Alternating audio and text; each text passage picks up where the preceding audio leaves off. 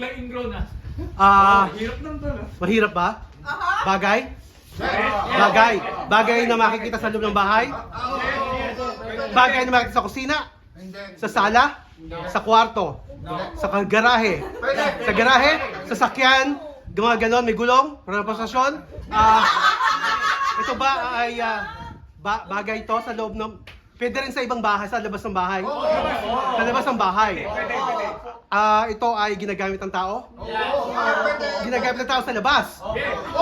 Motor, maganon, transportasyon? Sinusuot? Nasa garden? Paso, ganon, malapit, malayo?